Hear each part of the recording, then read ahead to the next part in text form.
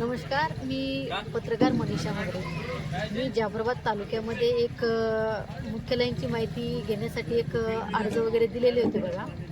पण सगळ्या शिक्षकांनी मला चुकीची आणि खोटी माहिती दिली. त्या संदर्भामध्ये मी उपोषणाला बसलेली आहे इथे. आणि एक पत्रकाराची दिशाभूल करताय म्हटल्याच्या नंतर सर्वसामान्याची किती हाल असेल. मी सकाळपासून इथं बसलेली आहे आणि जे शिंदे साहेब आहेत ते स्वतः इथून बघून ते मला एक शब्दही बोलले नाही, ते निघून गेले. कधी बसले? कधी सकाळपासून बसले? मी सकाळी 12 वाजेपासून बसलेले आहे. आता आपल्याला अपेक्षा काय?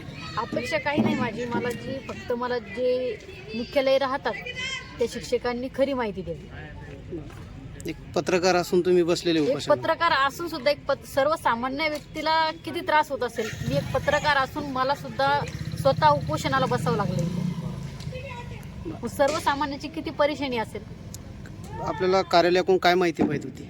माहिती मला मुख्यालयाला राहावं शिक्षकांनी आणि जे राहतात त्यांनी मला खरी माहिती द्यावी, ते तिथे राहतात की नाही. आणि पूर्णपणे मला चुकीची माहिती दिलेली आहे. जेवढे शिक्षकांनी दिलेली आहे ती चुकीची माहिती दिलेली आहे. कुठलंही त्याच्यावरती काही नाही, घर नंबर नाही, काही नाही त्याच्यावर. जर ही माहिती तुम्ही उपोषणाला बसले याच्यावर कारवाई व्हायला पाहिजे असं काय हो, वाटतं? व्हायला पाहिजे कारवाई व्हायला. एक पत्रकाराची दिशाभूल केलेली आहे तुम्ही. काय नाव आपलं? मी पत्रकार मनीषा मगरे राहते.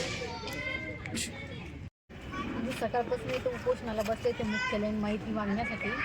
बट त्यांनी सकाळपासून काही आलेले नव्हते. पण आत्ता इथले काही पदाधिकारी वगैरे इथं येऊन माझ्याशी चर्चा वगैरे केल्याच्या नंतर त्यांनी BDO साहेबांना वगैरे फोन वगैरे केले. त्यांनी मला एक पत्र दिलं, एक 20 दिवसाचं अल्टिमेटम दिलेलं आहे मला. आणि ॲडव्होकेट डिगे साहेबांनी मला एक पाणी वगैरे देऊन माझं उपोषण सोडलेलं आहे आणि एक पत्र दिलेलं आहे. 20 दिवस तुम्ही आता थांबणार सर? हो, 20 दिवस मी थांबणार आहे. आणि 20 दिवसात मला जर खरी माहिती नाही दिली तर मी पुन्हा लोकशाही मार्गाने मी माझा लढा लढणार आहे. काय नाव तुमचं? मी पत्रकार मनीषा मगरे.